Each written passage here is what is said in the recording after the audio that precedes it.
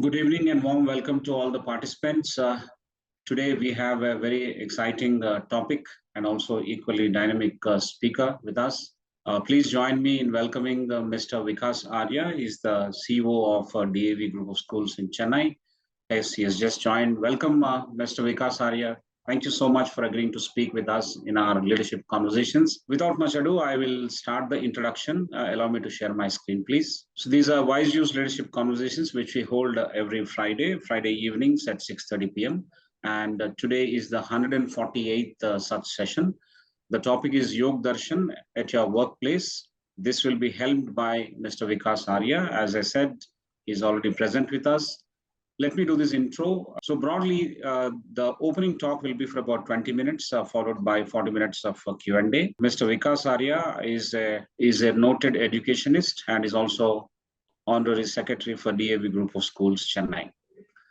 Mr. Vikas is serving as Honorary Secretary, as I mentioned, of the prestigious DAV Group of Schools, Chennai, which has a student strength of over 30,000 students. In the earlier part of his career, he spent over 11 years in private equity and corporate finance, working with International Finance Corporation, World Bank Group, Gaja Capital Partners, Crisil, and General Motors. Mr. Vikas holds an MBA from IIM Bangalore and is also a chartered accountant. He has authored a series of 10 books titled Fostering Vedic Values for classes 1 to 10. He is a learner of Vedic philosophy and is a regular speaker on this subject at various forums. So with this, I wanted to welcome him for this conversation. Thank you very much, Mr. Vikas. I will take one more moment to introduce my esteemed colleague, Professor Dr. R. Prasad. He's Senior Director of Academic Wing at ICFAI Group. He holds about 30 years of experience, 3 decades of rich experience as an entrepreneur, as a corporate professional, as well as an academic. He holds BTech from IIT Bombay and a PhDM from IIM Kolkata. Welcome, Professor Prasad. Thank you so much for joining. I will stop sharing my screen here. We are all set to have this very different topic as part of this conversation. In fact, we are so lucky that Mr. Vikas has chosen this topic of Yog Darshan at your workplace. And I'm sure all of us are eagerly waiting to understand how he navigates us into this session. Over to you, Mr. Vikas. Thank you so much. Thank you, sir. Thank you for the warm introduction and a very warm namaste to all the participants who have joined us this evening. So as Sudhakar ji mentioned, it's a very different kind of a topic, isn't it? As to Yog Darshan at a workplace. So first of all, let me quickly introduce Yog Darshan. The word yoga is very famous, isn't it? So we all have heard about it, and it's become like a fad now in across the globe, the word yoga. And typically we associate yoga with exercise and to remain physically fit, and this Yoga Darshan, but yoga, and we also have heard about Patanjali, isn't it? So we do associate the word Patanjali with yoga, but the word Patanjali unfortunately is also been associated with detergents and soaps and other such items, thanks to Baba Ramdev. But overall, if you think about it, the Yog Darshan, which was written by Rishi Patanjali, is a beautiful text which talks about the philosophy around mind, body, soul, and the supreme force.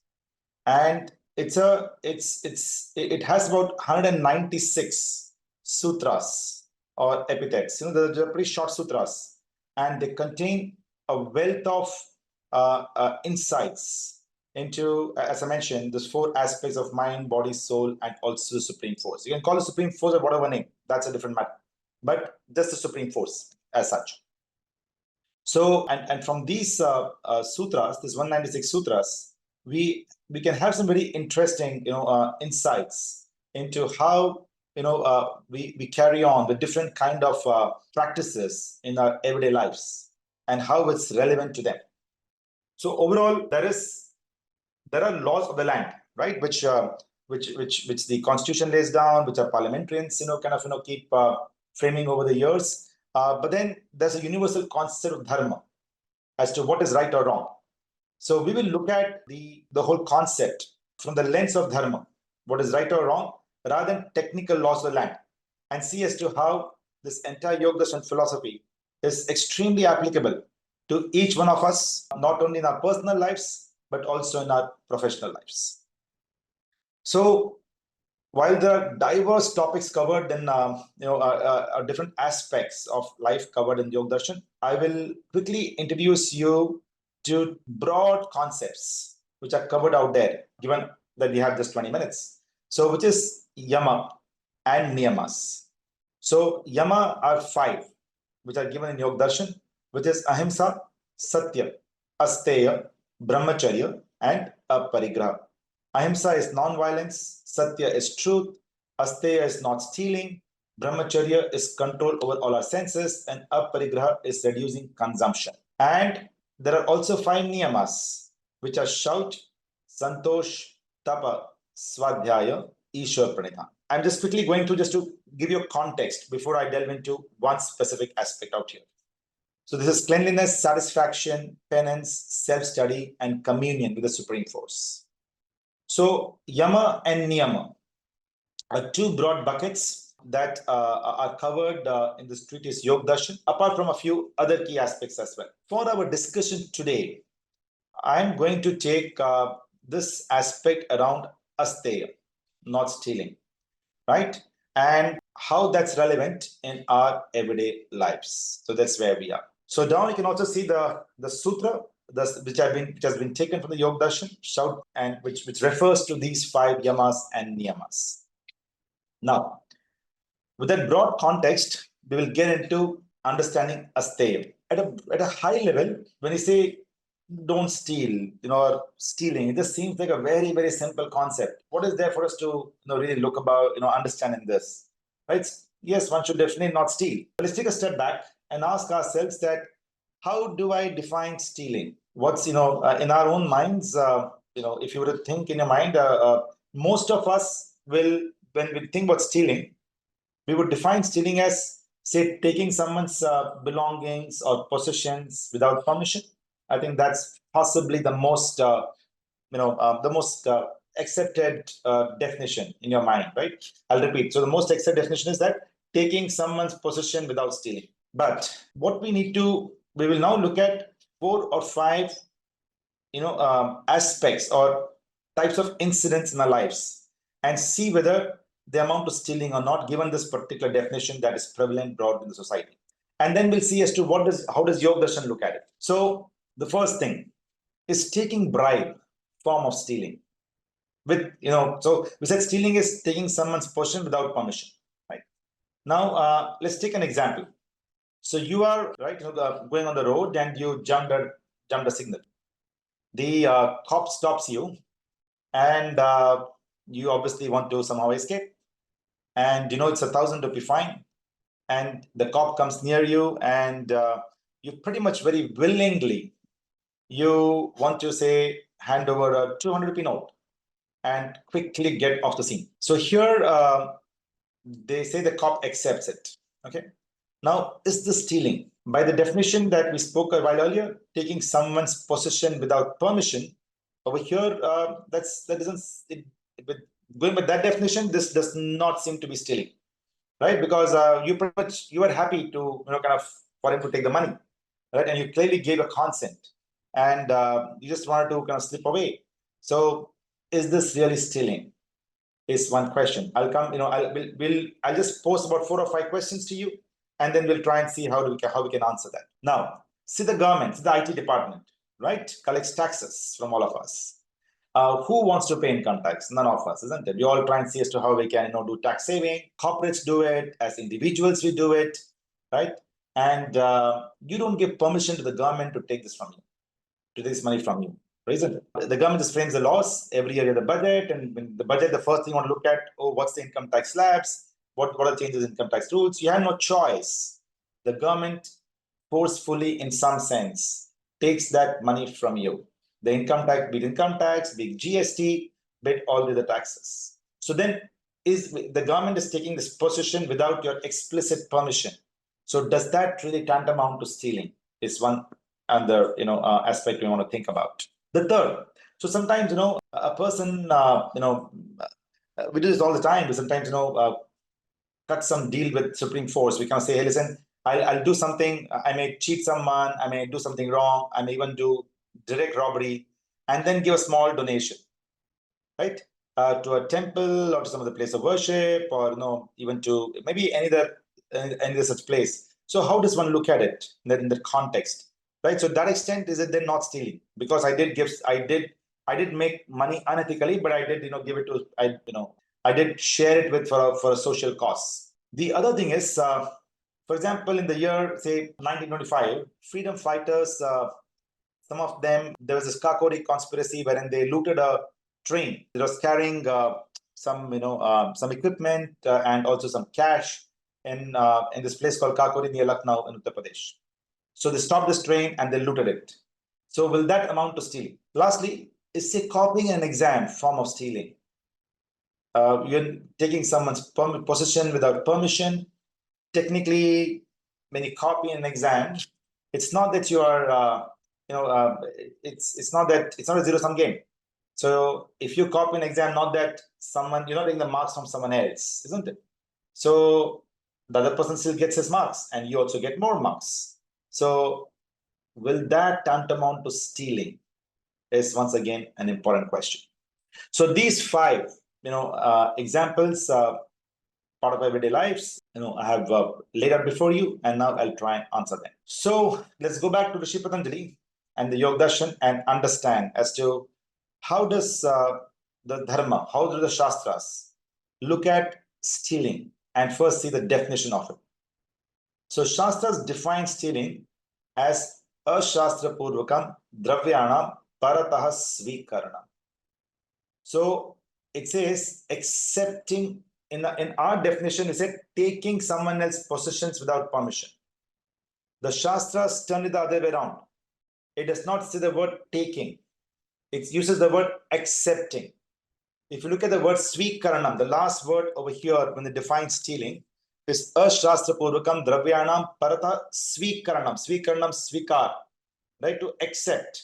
So accepting anything from others, or using any of our belongings in a way which is not right as per dharma, not as per Indian constitution or what the lawmakers make. It is as per dharma, and I'll cover where some of these aspects can get conflict with each other. We'll come to that, right? So accepting anything from others in a way which is not right as per dharma, that is stealing, right, as per shastras.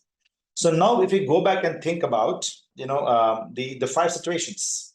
So when that cop at the when you jumped the signal, and when you handed over the 200 rupee bribe, and we didn't want to pay $1,000 and get an official challan, and the cop accepts that 200 rupees, right, which is unofficial money, that definitely amounts to stealing as per this definition, because he has accepted the 200 rupees which is not really due to him. Obviously, this applies in the corporate world as well. Right, so you could be in a position wherein someone offers you bribe, like you did not really ask for it, and to award a contract or for anything else, and if you accept it, right, though the other person is giving it willingly, right, it definitely tantamounts to stealing, right, as per the shastras. We had the other example as well. So let's look at the taxes now from the government collecting taxes. Will that tantamount to stealing? So though the government is not taking your permission, over here, the way we need to think about it is that as long as the government is charging these taxes, which is reasonable, and if it is being spent in the right manner, then it does not tantamount to stealing, right? Because obviously the government also needs to take taxes and then work for the welfare of the public, build roads, ensure law and order, right, and ensure all other expenses for public good. So as long as that money is being spent properly, it does not tantamount to stealing, even though we have not given the explicit permission for the government to take charge that tax from you. So even though it's collected forcefully in some sense, or out of fear that you are paid, right, still it will, it is not ashastra purvakam. It is shastra purvakam, because shastras do say that the government does need to collect taxes so that all of this public welfare, aspects can be taken care of. Right. In the interest of time, I will jump to copying an exam. The Kakori incident that I spoke about, that also will not tantamount to stealing. I'll quickly cover that in a minute, because it was for a higher order purpose, and that whatever was taken away forcefully, by the way, did not belong to the British in the first place, right? That always belonged to the Indians. And what was taken was only what was forcefully and wrongfully taken from us. And also, whatever was taken was completely spent only towards a higher order purpose and not towards your self-interests. So that's why that does not amount to stealing. On the other hand, looking at the other example, if I have, say, I take a bribe of, say 10 lakh rupees. And now I say, okay, listen, I'll make a donation. So then, I'm kind of, I'm absolved, right? But remember one thing, if I got 10 lakh rupees unethically, I'm never going to donate the entire 10 lakhs, isn't it? I'll possibly, out of 10 lakhs, maybe donate about 1 or 2 lakhs. And also, this 10 lakhs never really belonged to me. It was never really my wealth. So it cannot even be considered as a donation. What you can donate is only something that belongs to you. That's an important aspect that we need to keep in mind. Now, as far as copying in an exam is concerned, an interesting aspect, an important point, right? So as per going back at this definition, ashastrapurvakam dravyanam paratah swikaranam. Those marks that I accept, if I got 10 marks extra because of copying, those marks that I've accepted as my own never really belong to me.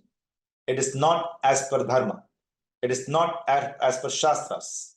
So that also will definitely tantamount to stealing, right? So it's not about that I'm taking someone else's possession without permission, but it is about accepting anything that is not as per the shastras. Now let me take one important another instance. So if you have, say, a lawyer who is fighting a case for a criminal, wherein he knows for sure, like obviously as a client, he knows about it, that his criminal, say, had committed a murder, right? And this criminal lawyer fights the case for him. Now, is the stealing technically? How do we look at it from the dharmic perspective? Now, as per laws of the land, and this is what I was referring to earlier, as per laws of the land, it's absolutely fine, right? Everyone has a right to appoint a lawyer, and all conversation between the lawyer and the client are indeed not even acceptable as evidence, right? But from a dharmic perspective, if the lawyer fights the case for the criminal, knowing fully well that he only had committed the murder, accepts a fees for it, and tries his level best to get him convicted, then this fees that is accepted is ashastrapurvakam. It is not as per dharma, right? So that also will technically, as per shastras, come under asteya. It will come under stealing. Similarly, as I mentioned, a person selling drugs, right, or liquor, or as per shastras, it would be even non-veg food, right? It will come as, it's ashastrapurvakam. So anything that is not as per shastras, if you engage in that kind of a business or in that kind of a trade, right, it will tantamount, and all the earnings you make from that will in some sense, it might sound a little odd to you, might sound a little strong word to you, but technically it is asteya. And this is what I covered earlier, donating money in the wrong way. This is, once again, it doesn't absolve you of stealing. However, to an extent, it's a positive karma. It is better than not donating anything at all. I'm sure you'll accept, you'll agree with that, right? So this is where we need to see as to how we kind of look at the whole concept of asteya, and this becomes relevant, highly relevant in our everyday lives. Also, in a quick example, when we look at, I'm not going to cover truth in detail, but from a overall shastra perspective, many times we on our packaging, say example, tobacco packaging, right? So we try and advertise in very small font, very small space, also in mutual funds, right? People tend to just talk about all the mutual funds are subject to market risks in extremely small font, or if it's a television advertisement, it's set at a supersonic speed so that no one is able to really understand, right? So all of this aspect is not as per dharma. So when we make extra profits and extra income because of by engaging in such kind of unethical practices. It once again goes back to the definition of asteya, ashastra purvakam dravyanam paratah swikaranam, and it once again in a way tantamounts to asteya is what I would clearly believe as how the shastras take a look at it. So you also may have a question on whether so we spoke about as to receiving a bribe. That's definitely stealing. I'm sure you may have a question. What about taking a bribe? So maybe some of the other aspects we'll cover in the Q&A session. Since I've been allotted 20 minutes, I think I'll stop over here, and maybe we'll cover some of these additional aspects in the Q&A session. Thank you. Great. Thank you. Thank you very much, Mr. Vikas Arya, for introducing us to this concept of right or wrong, how it has to be viewed from the lens of dharma as opposed to the law of the land. The law of the land definitions are probably slightly different, and from the lens of dharma, it could mean something completely different. But in this case, more or less, it is coinciding. To the large number of examples in the practical life that you have shared with us, I think there is a Venn diagram. If you draw, there's a large common area, and looks like hardly there's any conflict. But from one's own standpoint, in the complicated world, from the time the dharma has been established to from now, living one's own life and conducting business, there are many layers and nuances in that. And probably from one's own standpoint, one would define it differently. For example, you loot a train and you give it to your own people, whoever is that definition of your people, it's very different, and it's not stealing vis-a-vis. There is a law of the land, and there is an established principles, and you should ask the government to distribute it to those segment of people as well, instead of looting or robbing. I think there are a few areas of conflict here and there, but largely, I think this concept of asteya, which you have so beautifully put for us, is amazing. I'm sure you're having lots of other practical examples, but you stopped at the strike of 20 minutes. We were enjoying your talk. Probably you'll bring in all those during the Q&A. Thank you so much for introducing this concept. I will now, without much ado, request Professor R. Prasad to come in, and we can probably start the Q&A. The first cluster will be taken up by Professor Prasad. I will join for the second cluster. And in the second cluster, we will open the mic for all the participants in case they have any question to talk to you directly. We will definitely open that. But before that, I want to acknowledge the fact that we are joined by large number of individuals today who are distinguished academics. They are from armed forces, they are chartered accountants, they are from media, they are from arts and literature, liberal arts space, and they come from various cities. Thank you all. Thank you for joining. I'll now request Professor Prasad to step in. Thank you, Professor Rao. Thank you, Vikas ji, for introducing this subject, which relates to India and has been practiced over so many millennia to a very curious audience who have largely been brought up on perhaps, Western education, Western values, and do have some understanding of what India has to offer. This session is important for two reasons. First is that you come from an impeccable professional educational background, and you could have chosen to do many other things which you did during your first decade. But now you have come into pursuing, if I may say so, some sort of a mission on which you have presented this. So that's a very interesting thing. And I think you're a practitioner in one sense of the word, that you live in real life facing all the necessary problems, and yet you are focused on a topic like this. So I think that brings in a very, very different perspective. Thank you very much for joining us. Thank you. Thank you so much. I'll come to the first question. This is a bit personal. A few with your background, and yet you pursued this mission. So can you walk us through some of what happened and the critical junctures and levers? So if you don't mind, can you just once again repeat the question so that I hope I got it right?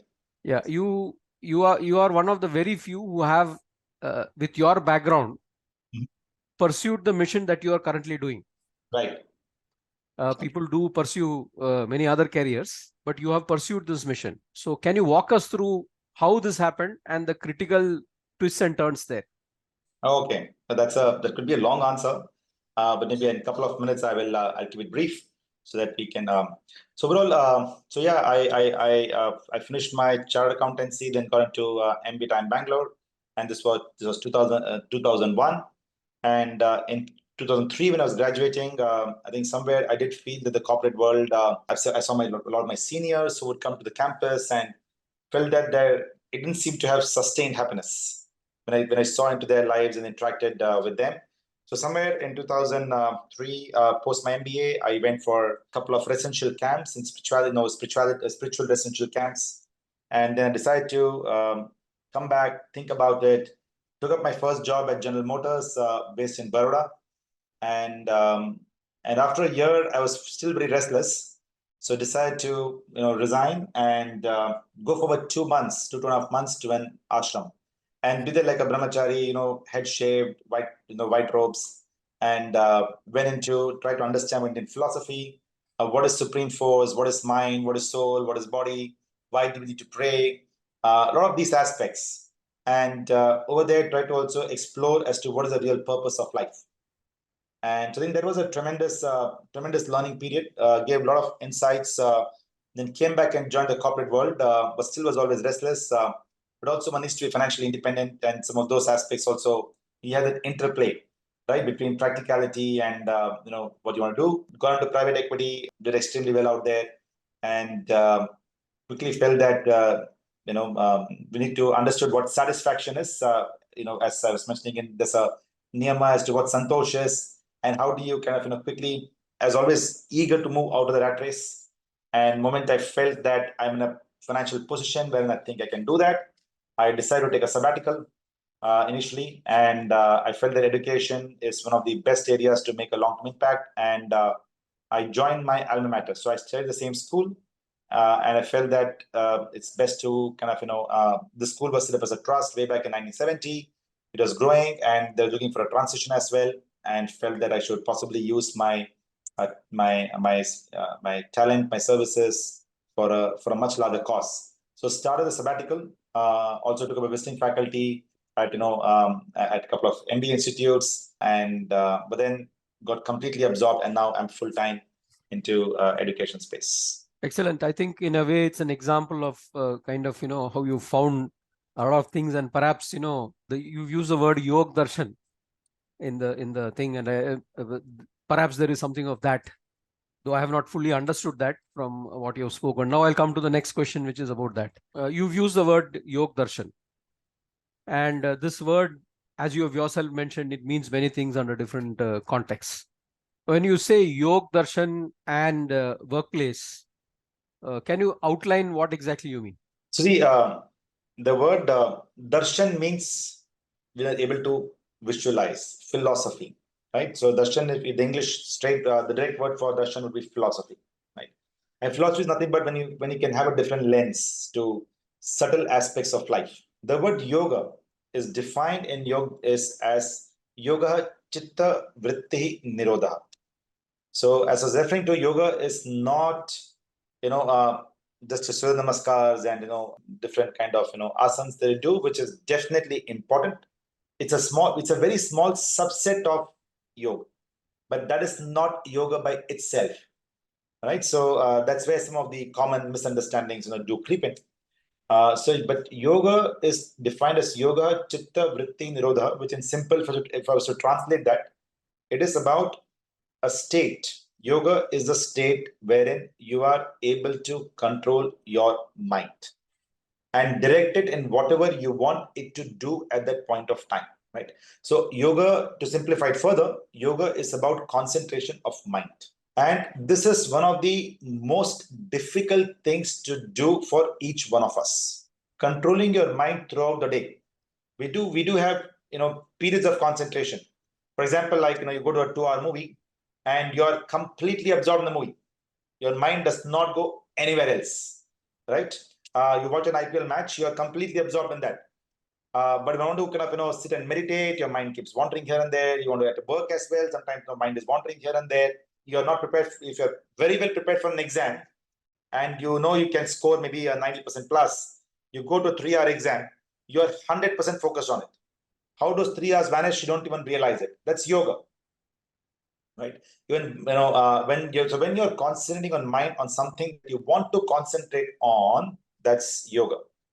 And as I mentioned, but to be able to do that over a sustained period of time, all the time, right, is extremely difficult. So Yog Darshan essentially refers to that.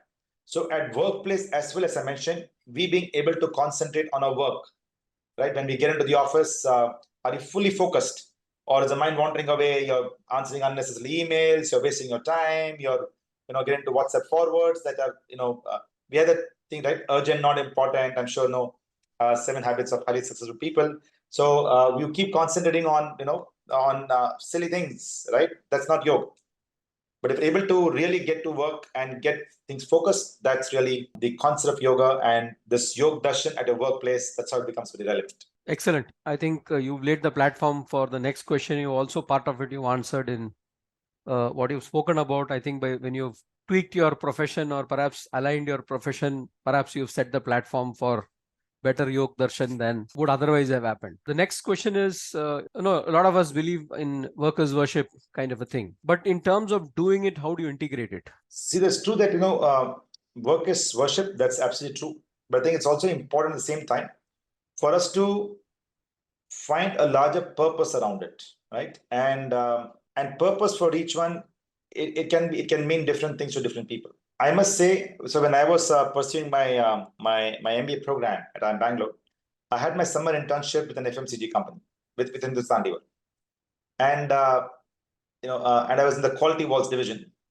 And getting into that, I spent 2 months, and I somehow just could not, get convinced internally that by selling more ice creams, by selling more soaps, literally give purpose to me in my life. So when you say work is worship, but it's not. It doesn't mean that it should not it's not your purpose of life for anyone else as well. But it is individualistic. But for me, it did not appeal to me. So we need to. So for each one of us, when we say work is worship, it's important that whatever work you want to do, right, whatever profession you want to be engaged in, you need to see meaning in doing that. And once you start seeing that meaning in doing that, then I think work as worship is fine. And that's when you stop seeing this as a job. You see that as a passion. And if a job and passion gets merged, then I think work truly becomes worship. And then you kind of carry it forward, and only then you also do extremely well in life. So whichever profession we are in, whichever company we work for, or whichever roles we are in, I think somewhere we need to find that purpose or that meaning in terms of what we do. I think the big rock that you've laid out is regarding the whether your work gives you purpose, and making a choice about that, which comes in as a dominant thing before all the other things set in. The secondary thing is, by due to some reason, if you're not able to do that, then how do you find purpose in what you're doing? Thank you very much. Thank you. I'll just quickly answer that. The second part of your your comment over here. See, it's true that you may not be able to find real purpose sometimes in the work you do, and there are also financial aspects around it. For example, I joined General Motors, not that I was so greatly excited about being able to sell more cars, and I did not see too much of purpose in that. But it's also important at some point of time, you kind of you do certain things from a living perspective, but one can still find meaning by going the extra mile within the same organization, being attached to CSR activity, or still engaging in some bit of service outside your work on weekends, and even on other days. So still a lot of other ways in which, though you may not find core purpose in your work immediately, but even around it, you can see as to how we can build a more purposeful life. So I think that's also one way in which you can bridge this gap. Excellent for having highlighted how you have implemented it in your previous things. And I think perhaps the sense of responsibility is also something that we can't run away from, and we will have to do some things which are related to that. Thank you. Next, I'll take a question which is more directed towards application, and this is you're in education, so how do you reimagine education to address socio-economical issues that learners face? If you can slightly more expand this question, it'll be great as to what aspect of this you would like me to cover. When it's a socio-economic aspects, you can just highlight a little bit further. I will answer it better. Yeah. So learners come from different cohorts, whether in higher education or in school. Mm-hmm. They come with handicaps. Right. Some more than the others. Mm-hmm. And the current way in which, we deliver learning is that, it kind of more or less one size fits all. Right. Okay, we do some tweaking at the borders, but it's more or less one size fits all. Now, looking at Yog Darshan and combining it, can you give some suggestions, or perhaps you're already doing it in some way? Can you elaborate on how that can be worked towards? Right. See, it's an interesting question, and the way I look at it is that there is idealism and there is practicality. Customizing education practices is ideal. That's definitely, it's the best, because you're right that learners come with different orientations and they learn differently. Some are more good in writing, they're able to express themselves by writing. Some are they learn better by just videos, right? So we all have different ways in which we are able to learn better. But having said that, customizing things beyond a point for a country like India, wherein we have large numbers, and also the economic strata, the average income levels that the Indian middle class comes from, it does get a little difficult, right? Because customization also increases the kind of the kind of resources you require, whether it be infrastructure, the hard infrastructure, be the soft infrastructure, right? Is simply very high. So even today, if you think about it, the quality of education that we are able to deliver as a country, be it at the schooling space or the higher education space, is suboptimal in many cases. And I would say the single most reason for that is lack of good quality teachers. Not really infrastructure, but just lack of good quality of teachers. And beyond a point, this customization can and I must say that one core reason why we don't have good quality teachers is because we are unable to pay them, right, in the terms, the kind of salaries that that we are able to do in the corporate world. And if you start doing that, the cost of education goes somewhere, which we see sometimes in, like, for example, look at higher education spaces and look at the kind of fee structure that is extra that kick in. So somewhere this customization versus being able to reach education to a larger audience and of a certain quality, it does get a bit challenging. So it is definitely ideal, but it is definitely challenging. But having said that, for example, now you have gifted children or special children, right? You have autism, ADHD, etc. For sure, we need to have a different infrastructure, and we have to focus on those kids and ensure that their learning needs are met in a customized manner. So I think we need to tread this part judiciously. Customization beyond a certain point is ideal, but may not be practical. But at least for these, the gifted children. Also, I must add, when I say gifted children, it is not only at the lower spectrum. There are also some really gifted children who are great, in mathematics, who could be very good in sciences. They are the future inventors. The future, they will do brilliantly well. They also need some special support, so that they can be fast-tracked, and they can be taken to a different layer. So that, I think, is also required. But the belly, so on the bell curve, on the right extreme, the left extreme, we need to customize for sure. But the belly, I think, the practical solution is I don't think we can over-customize as far as the belly is concerned. Thank you for the inputs. I think it does necessarily give some ideas on personalization, if not customization. And I think your ideas about the top end and where you can add far more value and in fact, therefore impact many others because of that future, as well as those at the bottom end, absolutely relevant. And anything else, if you do have the resources to do that, yeah, and the ideas to do that. Excellent. I think there are some ideas in that which can be used. The next question I'll take from what you said, that faculty is a critical resource. Now, with this background, the same Yog Darshan approach that we use, how do we support teachers? Perhaps a lot of these questions get answered there for better learning experiences. See, if you specifically ask from a Yog Darshan perspective, I would think that some of this in-depth Indian philosophy needs to be delivered to the teachers as well. Because when they understand about mind, right? And because a teacher does not only just go to the class and teach a mathematics subject and comes out. The role of a teacher is much wider. and that's why the teacher was referred to as Acharya, right, in our in the Shastras, and was given a very, very high pedestal. So I think that we also need to, on the side note, ensure that the respect for teachers, right, has to the teachers also need to be better trained. They also need to be true acharyas. Even their conduct, right, even their understanding of dharma, that needs to be elevated. So it's not just theoretical knowledge. Even they need to ensure they assimilate some of this knowledge in their everyday lives, right?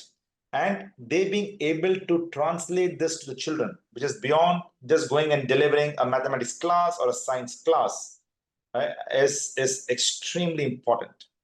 And that's how you start making better acharyas, and that lifts the quality of education. It also helps the teacher ensure as to how the children can better concentrate, can better, can start performing better, imbibe a better value system. If you're able to imbibe a better value system, obviously they will start doing better in their better in their scores as well, and have a more sharper mind. I'm sure you agree that it's today it's like an iceberg. We are all like icebergs. And an iceberg, as you would agree, that about say 15-20% is above the water, and whatever 60-70%. Let's not get into percentages, but if a small percentage above water, the major percentage is below water, right? And when the way we look at education and the teachers is that a teacher being able to, a learner being able to complete his degree, your class 10, 12, BCom or BTech or MBA, etc. You able to generate a one-page CV. So you work for all these years to generate a one-page CV, and that CV is something just above the water, which is what can be seen, right, by the larger world. But what cannot be seen is your mental strength, is your ability to concentrate, ability to follow dharma, ability to take up challenges, to face challenges, right? That cannot be seen on a CV. And that is extremely important. Today, in the corporate world, to take a look at it, the way hiring happens, right? What do we look for in people? You want to see if they can be a team player, whether he can, whether he can really take pressure, take challenges, take responsibilities, which, as I mentioned, doesn't show up on a CV. And this aspect is something which a true acharya, a better quality teacher, is able to inculcate in the child along with the other subjects. And that's when the Shastras divides Vidya or knowledge into Paravidya and Aparavidya. So Paravidya is your knowledge about your spiritual aspects, which is your concentration, challenges, etc. Aparavidya is what is your English, math, science, social, or other such skills which helps you make a living. So a good combo of Paravidya and Aparavidya is what a teacher needs to deliver, or rather an acharya needs to deliver to the child.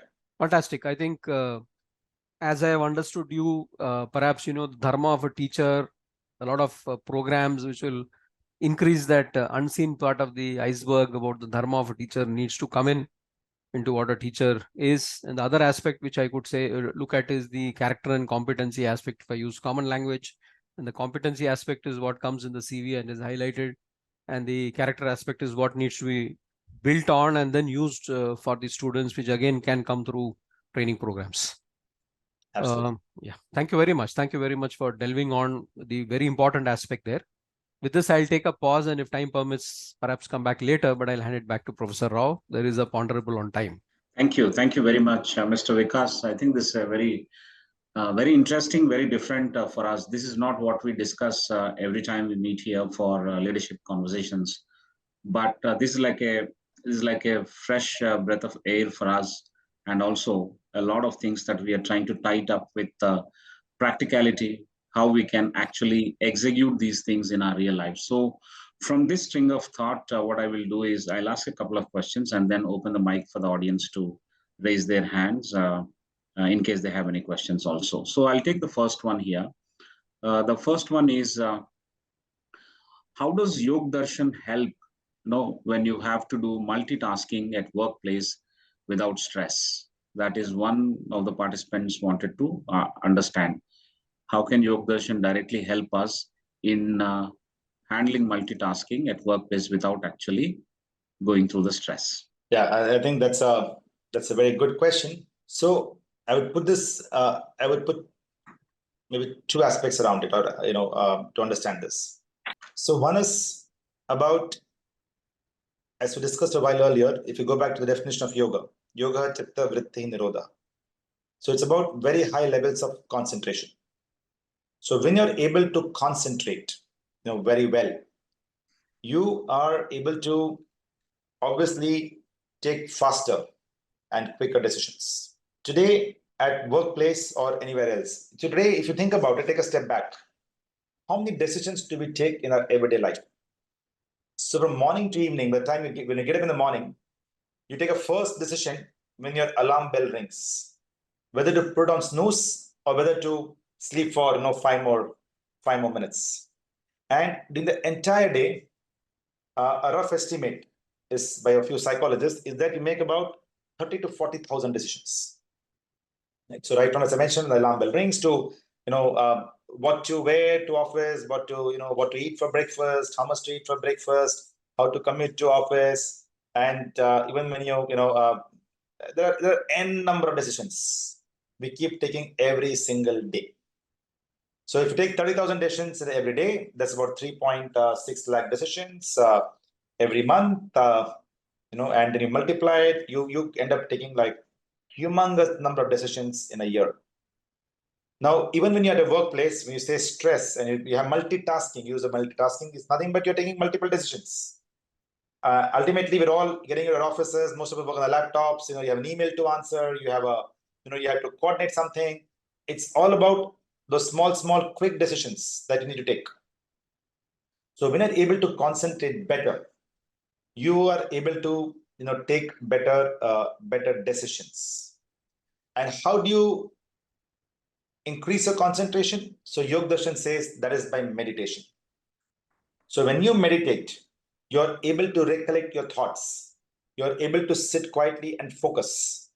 And that helps you then take better quality decisions and thereby multitask. Your brain is sharp and it clicks, right? There's a sixth sense as we talk about it. How do you sharpen the sixth sense? How do you sharpen this axe? So you sharpen this axe through the concept of meditation, wherein you control wherein you focus your thoughts. So that's one part to it. The other part to handle the stress is to go to the second concept in niyama, which is santosh, with a sense of satisfaction. So dharma clearly says that you try your level best, karmani vadikaraste ma phaleshu kadachana, which is the very famous shloka from the Bhagavad Gita. So wherein you ensure that it's fine, I've done my complete duty. After that, you need to have the sense of satisfaction and santosh. Because if you don't have that, then constantly you are going to be in a bad frame of mind. And every time one wants to reduce stress, I would give a quick solution. So when someone is very stressed out, close your eyes and think that what is the biggest dukkha, or what is the biggest thing that can stress me out in this world? To my mind, the biggest thing that can stress me out, if I talk about myself, and I'm sure many of you will also reflect the same feeling, is that if I start thinking that, say, post this session, I'm going back home and I meet an accident and I find myself over the next couple of hours in the ICU of a hospital, paralyzed, half paralyzed, and how would that sound? And I would think, okay, that sounds terrible, right? So, and now I think about, okay, what stress do I have on the table that's bothering me now? And I compare the two stresses. Now, clearly, accidents do happen. Every day we do lose, people die out of accidents, people are paralyzed for life out of accidents. That happens all the time. So I'm not envisioning something that doesn't happen. Even tonight it will happen after this call. Some people in this world, it will happen to some of them, right? So if you start thinking this way, that's the biggest source of stress that can happen to me, then everything else melts away in front of you and you start feeling relaxed. So Yog Darshan talks about, as I mentioned, one is about you first being more efficient by concentration, but also developing the other side of santosh. So putting this together, I think one can manage stress at workplace. Brilliant. I think you put it very well.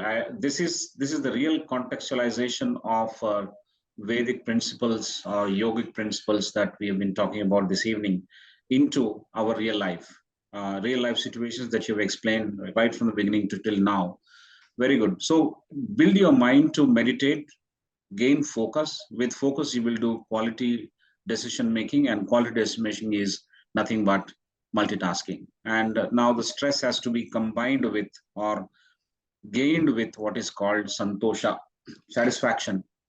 I think if you delve deeper into that, there are several practical lessons for us.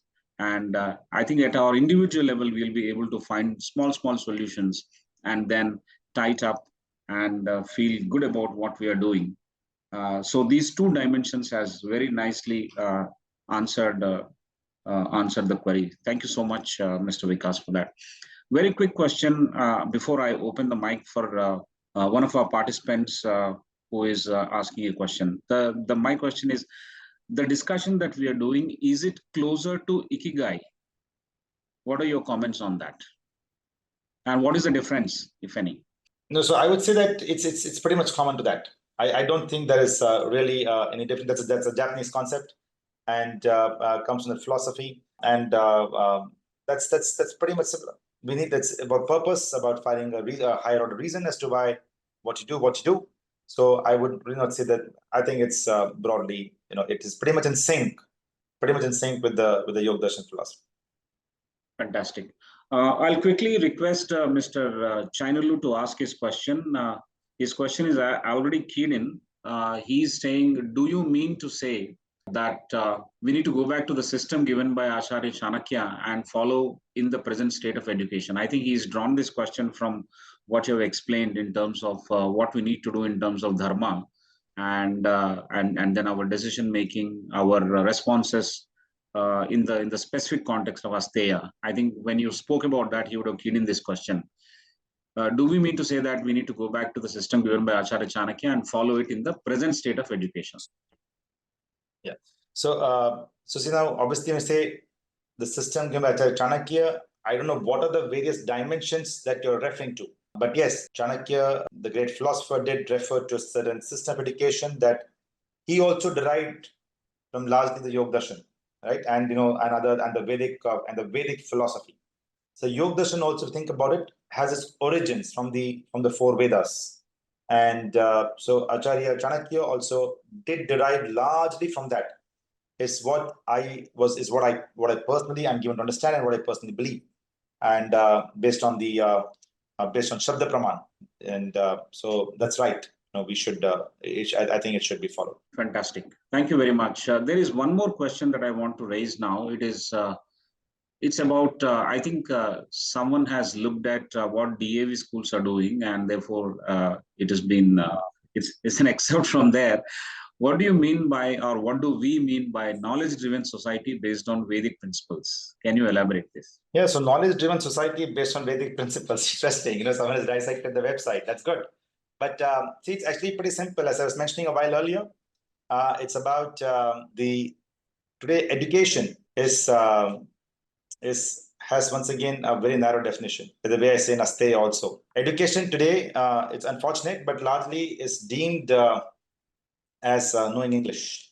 Right? So if you can speak good English and communicate very well, you are seen as an educated person. And this is what but if you once again go back to Shastras, it beautifully defines Vidya. And I just give the definition. It says, it defines lack of Vidya as anitya, asuchi, dukha, anatmasu, nitya, shuchi, sukha, atma, khyati, avidya. So I will not try and explain the definition to get too complex. But overall, as I said a while earlier, Vidya is broken up into Paravidya and Aparavidya. Paravidya, Vidya is about as I mentioned, how do you build concentration, satisfaction, ahimsa, what does that mean? What does Satya mean? And this is what helps you really, build that below the ice, below the water kind of a thing. So when we say that a knowledge-driven society based on Vedic principles, right? It is about you having the right kind of a broader Vidya. So you definitely need Aparavidya also, English, math, science, your liberal arts, your commerce, all of this is extremely important. you need to be able to crack your JEE, NEET, all the competitive exams. But along with that, you ensure that there's Paravidya as well, which is based on the Vedic principles. Right? So that's what I mean when we say that a knowledge-driven society based on Vedic principles. Brilliant, brilliant. Paravidya and Aparavidya, I think that concept has been built around very well. We need to have a combination of both. Mr. Vikas, if you permit me, I'll just stretch that that discussion that we have had on idealism versus practicality. A lot of things we discussed in terms of over customization is actually not possible. And some of the good principles, I mean, you and I understand we belong to very different set of people. As you described some time back, we speak good English, we come from good schools, and but there's a large part of the country, the other side of the country, or the bell curve, the belly or the underbelly of this country is large. Are these principles, the Yog Darshan, Yog philosophy, Vedic principles, do they sound esoteric for them? Or, I mean, that may not be the right word, but do they sound very alien to them? How do we popularize these things? There is a need to take this to the masses. Or shall this remain as just an elitist kind of a concept? So there's a concern and there's a question there. The concern is, we need to take it to masses and everyone should practice it. There are definite benefits. You and I see this as definite benefits. I'm thoroughly convinced about it. But a large number of people are driven by certain other livelihood concerns when they come to terms with their education, employment, and things like that. And of course, end up in all kinds of problems because of stress and multitasking and not actually following mindful concentration and things like that. So there's a clarity for us. But how does the clarity go to a large section of people? Are there any suggestions? How should we take this about? Sure. See, overall, your question kind of implied to my mind as to how, do we take this to the underbelly? But to my mind, even the most elitist schools, right? You have the schools that charge you on 5 lakhs, 10 lakhs, and even higher education, etc. It's unfortunate that some of this key philosophical aspects, right, are not even delivered to them. So even if you pay pretty high level of fee structures, you're at the top end of society, right? And it's not delivered to them either. So it's not about underbelly or the privileged or the underprivileged.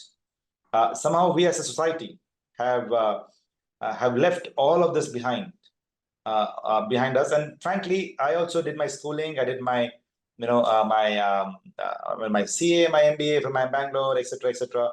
I had no idea about this.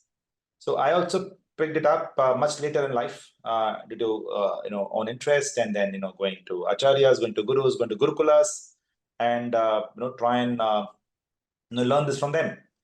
How do we take it further? So yes, so for example, we as an institution, we've been running a lot of this K-12 schools, but we have very recently set up a great Gurukulam in Pondicherry, and wherein when students come in, they live a life out there, and they follow both Paravidya and Aparavidya far more deeply, because it's a 24/7.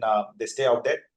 Apart from that, we also do like 3-day, 5-day camp, 7 days camp, 10 days immersive camps for students, wherein they are able to get there and learn this education in a more detailed way. Within our normal K-12 schools as well, we try to see if we do have like a period for mantras and shlokas, a period for Vedic values, wherein they learn that subject specifically as well. So I think that's the way to just keep promoting it, doing as much as what we can. But I do agree there's an absolute urgent need of the hour, wherein we all, as parents, as educators, or we do talk about that value systems need to be strong. We need to work towards it. But when it comes to but we don't really walk the talk. We are still concerned about how much my child scored in mathematics, how much child scored in science, or so. To that extent, we need to also change ourselves internally. But my point over here was, it's not about underprivileged, underprivileged. I don't think it's there anyways within those schools as well. Indeed, to some extent, I would say that because of being highly privileged, sometimes we are a bit more unfortunate in that sense, because some of this knowledge and this vidya, it gets more difficult to imbibe and get, because you think you're privileged, born the silver spoon, and but at least when you're underprivileged, you know that you have a struggle in life. and the struggle is what does help you also become mentally strong. So some of the Vidya does not come only by someone teaching it explicitly. Vidya also comes by observing, by facing something in life, right? So in some sense, I must say that I have my gut feel is that they have more Paravidya than some of the highly privileged children. Beautiful. I think beautiful. Life's experiences will build us in terms of resilience and ability to face the challenges and emerge much stronger. Those who do not have challenges probably are not as strong. Yes, that's a fantastic draw. Yes, but the moot point is that it's not the segment, it's not the underbelly that's deprived of this. It's actually applicable to everyone. All of us are more or less deprived from this benefit of learning from Yog Darshan, Vedic philosophy, Vedic principles, so on and so forth. As a country and as a society, we need to very urgently take this up and popularize it, make it attractive as well to people, educate them, and keep pursuing this. We need to keep pushing this envelope again and again, multiple times, several times. Yeah, I by this point. Thank you so much, Mr. Vikas. Professor Prasad, would you like to come in for your question? That will be the last question, and then unless and until there are questions raised by audience, we'll close it after that. Professor Prasad. Yeah. I think, in a way it has been answered. The question essentially was that there are a lot of people who preach this, but very few who practice this. So how do you foster that? I think that's what in another way has been covered, and you've given some examples. If you want to add something on that, please do. Yeah, that's right. No, so obviously, first one needs to. So even in Vidya, you have 4 stages, right? As to how do you kind of you first learn in a theoretical way, right? You have Shravan, Manan, Nididhyasan, and Sakshatkar. So the Shastras say there are 4 ways, the 4 stages to this Vidya. So Shravan is when you just hear it theoretically, right? And then there has to be Manan, wherein you introspect on it, right? And you have Nididhyasan, wherein you also ask questions, right? Clarify your doubts, clarify your understanding, right? And then you have Sakshatkar, wherein you implement in your everyday lives. So the Shastras clearly say that one needs to be conscious about it, that these are the 4 stages of Vidya. And if one is conscious about it, then slowly one also tries to implement this, because there's a structure to it, right? Which the Shastras do definitely give to us. So that's the way. So when the teacher kind of talks about it, and the teacher keeps consciously reminding the student, the Shishya, that listen, don't think that just because you heard me and you wrote an exam, right? You have the Vidya, right? You need to consciously keep reminding the child that is Shravan, Manan, Nididhyasan, and Sakshatkar, right? And when you keep reinforcing that concept, to some extent, you'll have hopefully some bit of adoption in their everyday lives. Great. Thank you, Mr. Vikas, for this beautiful response. As I said in the beginning, this conversation by choice has been very, very different. And I'm sure all the participants have really enjoyed listening to you when you have introduced this concept of Yog Darshan. How do we visualize and actualize the benefits of yoga, concentration of mind, focus of mind, and apply it to everyday context, whether it is in real life, whether it is work or outside work as well. I think it's time we did more such conversations, more such talks that benefit us. And these benefits are drawn from the Indian knowledge systems that for thousands of years that we have been talking about, and our sages have been talking about. So how do we put that to test? When I say put that to test, how do we ask questions and see whether it can be customized or contextualized in the problems and challenges that we are facing? I think to that extent, in that direction, this particular conversation has been extremely fruitful and useful. We have heard you that Shravan has happened. We have heard you. We have also internalized it to some extent. And then there are a few questions. There are about 10, 15 questions that we have had. We condensed it, and we thought of seeking some clarification wherever there is a conflict in our mind. When we see the benefit, but we don't see large number of people going for it and asking for it. It is not always the benefit that drives itself towards the beneficiary, but it is also the context and environment that we need to create for them to adopt it. And of course, the discussion on walk the talk, how do we implement it in our day-to-day life? So all these 4 steps during this conversation, we have tried to go through. And in that sense, it's been a wonderful conversation for us. Thank you so much for putting this together for us. We would have had more discussion on this because no amount of slides will complete the discovery of knowledge in this area. But of course, conversations will definitely help. We have looked at two principal concepts when you started talking about to us. But huge applications are there. Everywhere it seems like, yes, this is the way we need to look at it. This is the lens through which we need to apply it and draw satisfaction, efficiency versus satisfaction at the same time. On behalf of everyone who has participated today, on behalf of ICFAI, we would like to thank you for your time and expertise. I also would like to thank Mr. Pattabhiram for recommending your name and also to you for quickly agreeing to speak with us in spite of your busy schedule. Thank you, Mr. Vikas. Thank you, sir. Thank you so much. Thank you, Sudhakar ji. Thank you, Prasad ji. Because I think it's a brilliant Q&A, questions as well from you, and I think very, very nicely summarized. Thank you so much, sir. Thank you. So, ladies and gentlemen, that was a wonderful conversation on Yog Darshan at your workplace. Next week, again on 10th of May, we are going to talk about a wonderful conversation. It's called the Takeout 25 Effect. How one individual has taken few steps to save the community around him. A few small restaurants and communities are taken care of during COVID. And that Takeout 25 effect in the US has helped large number of individuals to come out of misery, at the same time bond very well. And what has been told to us on our face is that this is all we have. We are only the people around. We need to come together as a huddle and help one another. I think that story we will talk about on 10th of May at 6:30 p.m. Mr. Ravi Parakat from US is going to talk to us. So see you on May 10th at 6:30. Till then, go through more of these Vedic texts, the Yog Darshan text penned by Rishi Patanjali, and I'm sure we will stand to gain quite a bit. We need to keep on reading, we need to keep on interpreting, internalizing it.